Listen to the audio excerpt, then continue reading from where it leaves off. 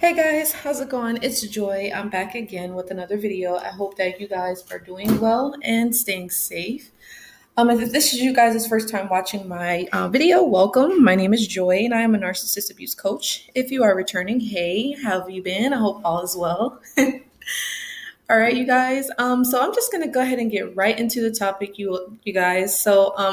I actually wanted to talk about something that I haven't really discussed actually in quite some time. I kind of touched on it just slightly.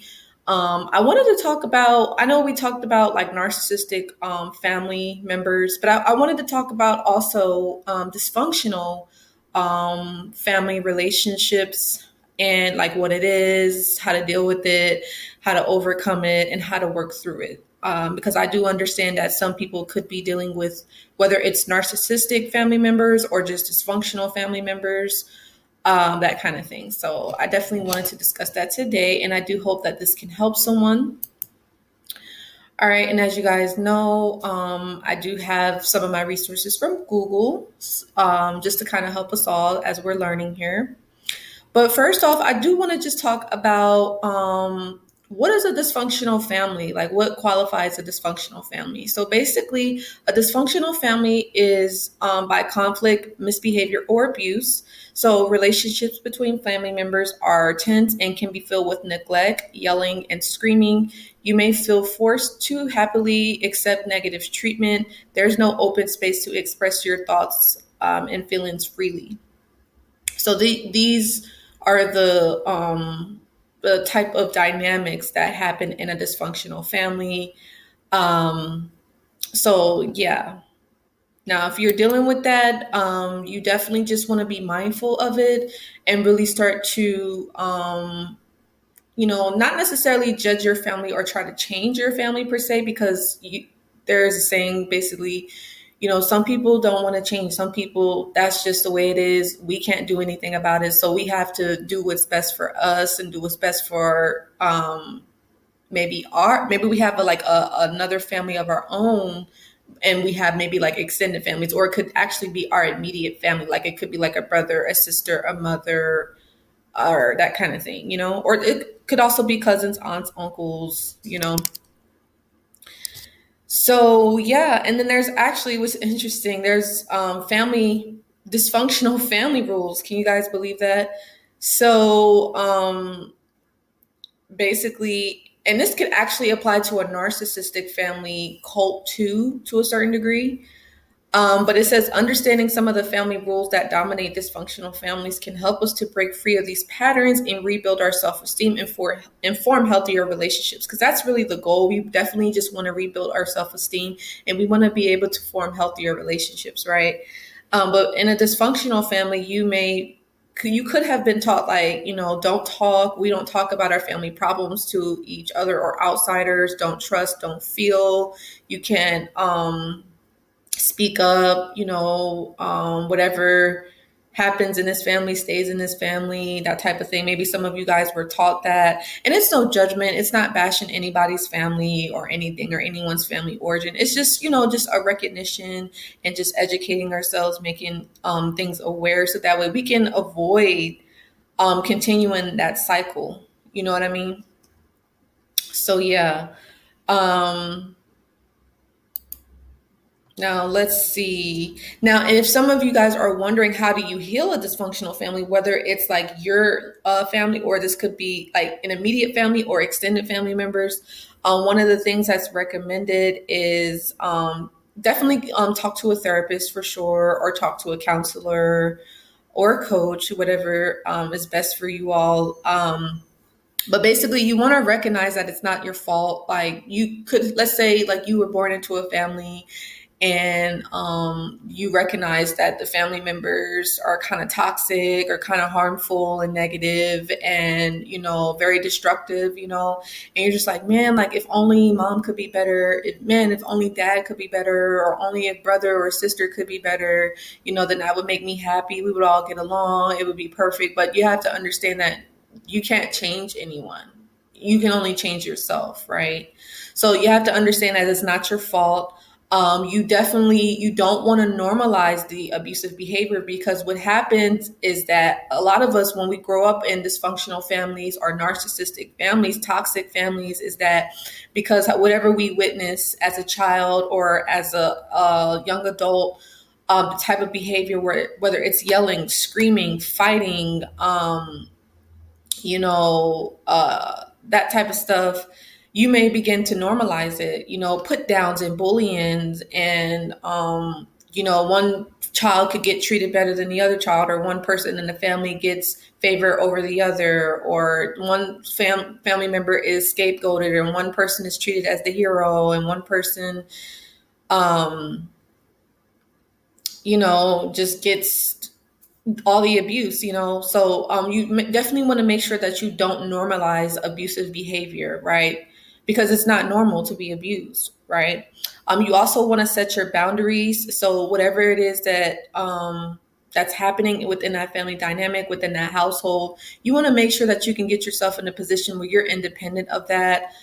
Set boundaries. You may not want to speak on your personal relations with certain family members, because it could be talked about, it could be gossiped about, um, and that's not fair for you. You don't want everybody knowing all of your personal business in certain family members. That's just, if you know that you have a dysfunctional family, it's going to be all out there, and that's not something that you want, right? But yeah, you definitely want to build your emotional skill set, and you also want to manage your thoughts, right? So with an emotional skill set, it's just like, you know, you want to make sure that your emotions are in check, and you want to try not to make everything about you per se. You want to make sure that you don't. You can feel your feelings, but don't be angry all the time or cry all the time. Like, you want to be able to have strong. You want to be able to manage your emotions, if that makes sense, right? So definitely. So yeah. And let's see, what else can we learn about this? And let me know, comment below if any of you guys are dealing with a dysfunctional family. I love to know. I know myself, like my experience, I could be honest and say, yes, I definitely have, I would say, grown up in a dysfunctional family. No hard feelings towards my mom and my dad. I love them dearly. And even, me, as I share my story with you guys on this channel, you guys know that I lived with a narcissistic aunt. And that in itself is definitely dysfunctional. It was definitely a lot of chaos. It was a lot of drama. It was a lot of bullying, a lot of, I don't know, it was harmful, and it wasn't productive. It wasn't supportive. It was just negative. And, but it was fun for them. Like, it was cool to do that, and I didn't agree with that. And I can tell you guys that I found myself a lot of times just being in my room a lot and just staying to myself and wanting to hang out with friends and being away from my aunt and being away from her house, and spending a lot of my time at school or spending a lot of my time at work at the time, and just kind of staying to myself. And only times that I would actually be around family was when we would go on vacation, or when it was like a holiday time, or if it was a birthday or something like that. So, but yeah. So as far as overcoming a dysfunctional family, and this is something that I didn't even know that I was doing this, because as I said, I knew that something was off about my aunt. I just didn't know how. I couldn't put my finger on it until after I went no contact with the male narcissist in my life, and then I went no contact with my aunt. I didn't know that was dysfunction. I didn't know that wasn't normal. I had no clue, and I think that's a lot of us, since we're so stuck in it, or since that's all we know, we don't recognize that that's not normal. We think like, oh, everybody's family is like this. Oh, everybody gets treated like this. And everybody gets put downs, everybody gets bullied, and everybody gets, used or mistreated. That's a normal thing. But You have to work through those thoughts and work through those programs and beliefs that has been programmed into you as a child. A lot of us, that's how we've been programmed as a child to think that way, as an adolescent, and even as an adult. And I can also tell you too, also a dysfunctional family too. It could be where I think I mentioned this, but like sharing your feelings or like being emotionally available, or you could have felt like abandoned, or you could have felt rejected a lot by your parents. Like, and again, I'm saying this off of personal experience. And as I said, I love my parents dearly. And I had to be honest with you guys. I had to kind of accept um, that the relationship that I had with my parents, I may not get that type of relationship that I always wanted. You know what I mean? And that's fine. I think I've learned to just accept that they are who they are, and I'm probably not going to have the relationship that I think that I or would have always wanted. You know what I mean? And some of you guys may have to accept that, and you may have to grieve that, and you may have to grieve that loss and grieve something that was never there. Because and just before I get into the overcoming part of the dysfunctional family, is that yeah, I always wanted, like, oh, where I'm connected and I'm bonding with my mom and my dad constantly, where I can like share anything and everything, which I can say I can to a certain degree. But just because of circumstances and things that have occurred, maybe sometimes when I'm talking to like my mom or my dad about certain stuff, it's like maybe they're not able to emotionally connect fully as I want them to, or it's like they can't give me certain advice about certain stuff because maybe they didn't get it from their parents. So it's that type of thing.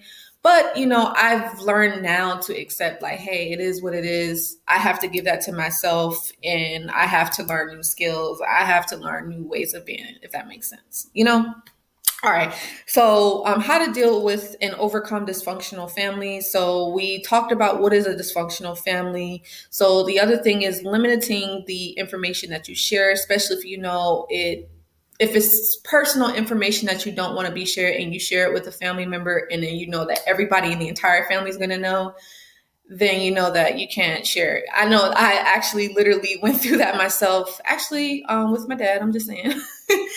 And I had to be mindful of that. And it's not a personal thing. It's just like certain family members, you just have to kind of understand that you can't tell everything, And it's kind of sad because you would think that it's like should be a support system, but and then some family members, it's more like it could just be a support where they'll support you in the material way, so that's the relationship. But it's like you could want more from that certain parent or that certain family member. But yeah, all right. So the next thing is how to deal with a dysfunctional family is to set boundaries, as I mentioned. Also, you want to decompress after a stressful interaction. So let's say there was an argument, or there was a disagreement, or a misunderstanding. You definitely just want to kind of, decompress and just kind of, you know, maybe you can look at what you could have done better, and just remember the next time that maybe that person that you're dealing with, whether it's your mom, your dad, your sister, your brother, aunt, cousin, that they're not capable maybe of having maybe a different type of interaction with you, possibly, if that makes sense. And that maybe you shouldn't you shouldn't expect differently, right? You know, um, so yeah, but I would say definitely decompress after a stressful interaction. Stay safe in abusive situations. So again, just do what you need to do to get independent of a dysfunctional family. So if that's moving out, changing your number for some, changing your location if you need, move away if you have to. And I know that can be stressful because you're like, oh, I'm moving away from my family. But I've done that plenty of times, you guys, and it definitely works. And it's helpful. And Maybe let's say you visit once a year. That's cool. And I know some people are like, man, why I don't want that type of relationship with my family. But unfortunately, sometimes that's just how it has to be, especially if you want to keep your sanity and if you want to, you don't want to lose yourself and you don't want to change yourself because of how you're being treated. And then for some, we actually have to end contact, right? For myself, like dealing with my aunt, I had to end contact. There's like literally nothing else left that I needed to say to my aunt. It's not that I hate her or anything. It's just there's nothing for us to say. She knows what she's done. I know what she's done, and that's it. I mean, I've let it go. I forgive her. But I would never want to endure that again or be around anybody that would treat me like that. And that's how you should also think as well, even if it's your mom or your dad, because I do feel like a lot of us, we do have a sense of loyalty, and a sense like, oh, we owe everything to our parents, which we do respect our parents. We do love our parents, but we don't want to be abused. We don't want to be mistreated. We don't want to be in dysfunction, and we don't want to continue that dysfunction to our family and our kids that we're going to have. So that's our responsibility to do what's best and not feel guilty or feel worried or feeling like, oh, I can't because they've helped me do all this. And that's what your parents are supposed to do. They're supposed to help you. They're supposed to support you, but they're not supposed to do it with strings attached. And that's what a lot of narcissistic parents actually do. Right. And again, you want to care for yourself. Take care of yourself. You are number one. You are important. You are the most important person in this world at this moment right now. Yes, you listening to this and your kids as well, if you have any. You have to care for yourself. Take care of you, right? Engage in coping strategies, right? How do you cope during this time, right? Putting you first, focusing on your self-care, your self-compassion, your self-soothing, your self-protection. All of these things is the healing process, right? Having better ways of communicating with your dysfunctional family, right? Or not communicating with them and engaging in activities that's going to support you, and that's not going to be causing you anxiety. That's not going to be causing you stress. That's not going to be causing you worry. Dealing with people that are helpful and supportive, that are loving, that are caring, and that are compassionate, being around those type of people, and maybe even forming a whole new family. Even if it's not blood, like this could be like new people, a new circle, which I understand that can be very intimidating for a lot of people because it's like, oh, like I got to start over. But no, that's okay. Like, trust me. I'm speaking from experience, although I actually still do have contact with my mom and my dad. But the unfortunate part is that sometimes it's not so healthy. And so I've learned to limit contact. I've learned that in some cases, I just have to be supported, or I just have to maybe not share certain details about my life just because I don't want it to be shared into the entire family. Like, and that could mean detaching. And that could be hard because we love our families. Who doesn't love their family, right? Let me just grab a drink of water.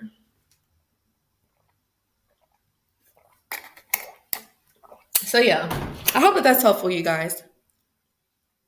Let me know. I would love to hear your feedback. So yeah.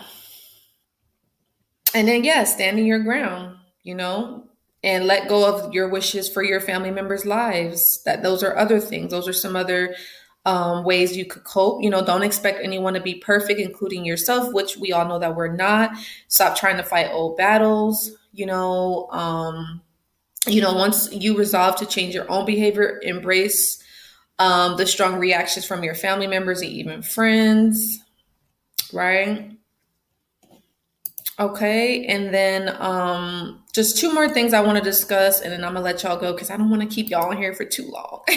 But I know that this is probably can have like a part two because this is definitely a topic that I guess some people talk about it, but it's not really touched on because again, I feel like a lot of people just accept things as they are. Like some people are just not wanting to maybe rock the boat, or they don't want to seem like the bad person, or they don't want to for other people to look at them in a certain way, but it's like, no, like, hey, this is your life, and if you don't like the way you're being treated, like, hey, we have that responsibility to do something about it. And it's almost like divorcing a parent. It's kind of, it's different, right? You don't think of that, but sometimes we have to do that, or we just have to like go low contact or limit contact. But yeah, so like, if you're wondering like, how do you detach from a toxic family? Again, focus on what you can control. Don't react, respond in a new way, especially because if you're like, man, like I need to like be here with my parents for now. What do I do in the meantime? Because some people are like, I can't move out right away. Allow people to make their own decisions, good or bad, because some of us, we may even try to protect our parents, that kind of thing. So, yeah, and don't give advice or tell people what they should do, in regards to your family members, especially if you've given them advice and they're not taking that advice. Don't obsess about other people's problems, and set emotional boundaries by letting others know how to treat you. And then if you realize like they're still not treating you that way, then that's when you just have to like end contact or just move away. And that can be scary. I know it can be scary, but it's possible and it's doable. I'm a living witness, so understand that. And then one last thing is, well, second to last, I wanted to talk about how do you break the cycle of family dysfunction. So again, be your own advocate. People will treat you how you allow them. Get out of the bubble that you're in, that you're so comfortable, so used to being in. Listen to the friends you trust and decide what loves mean to you. And again, set the boundaries, right? Because everybody has a different definition of what love is to them. So, yeah. And then, okay, and the last thing is some ways to break generational cycles or curses, because I think that's what the dysfunction comes in. It's like, because I'm sure maybe your parents have been treated that way, and then their parents were treated that way, and then their parents. It's like it's repeating, and like no one's breaking the cycle. But it's like maybe you can be that person. You listening, you can be that person that can spark, or you can start that generational cycle where you could break it, the dysfunction. So again, just becoming aware of the patterns in your family dynamic, or even the patterns within yourself that's destructive, right? How you talk to yourself, how you treat yourself, what you allow yourself to have, what you like, I don't know if I said how you talk to yourself. Yeah. um, and yeah, just the things that you want out of life, like, realize like, yeah, you deserve to have good things come to you. You deserve to have good relationships and people treat you in an amazing way, right? Educating yourself about your family history, right? Taking accountability of your own part. And again, don't be afraid to reach out for help. Ensure that it stops with you, and accepting that generational cycles are our responsibility to break. So even if your parents don't want to break it, or siblings or cousins, aunts and uncles, they don't want to break it, you have to be the one to break it. And just do remember that people are probably going to talk about you. They're going to make you feel like you're the bad person. You're doing something wrong. You are betraying the family. You are, excuse me, and like you are trying to be a big shot, or you think you're all that, whatever the case is. Ignore that. You have to do what's best for you. You have to do what's right. And yeah, it's not your job to be an emotional punching bag for your family members. That's not right. And you deserve to live a good life. You deserve to live a life where your needs are being met, and the people around you love you and care about you genuinely, and want to support you, and that want to be there for you. And if your family members are not doing that for you, it's like, well, what are they there for? So anyway, I hope that this video wasn't too long. I hope that this was helpful to kind of spark some awareness, some knowledge, and some information in regards to overcoming dysfunctional, toxic family relationships.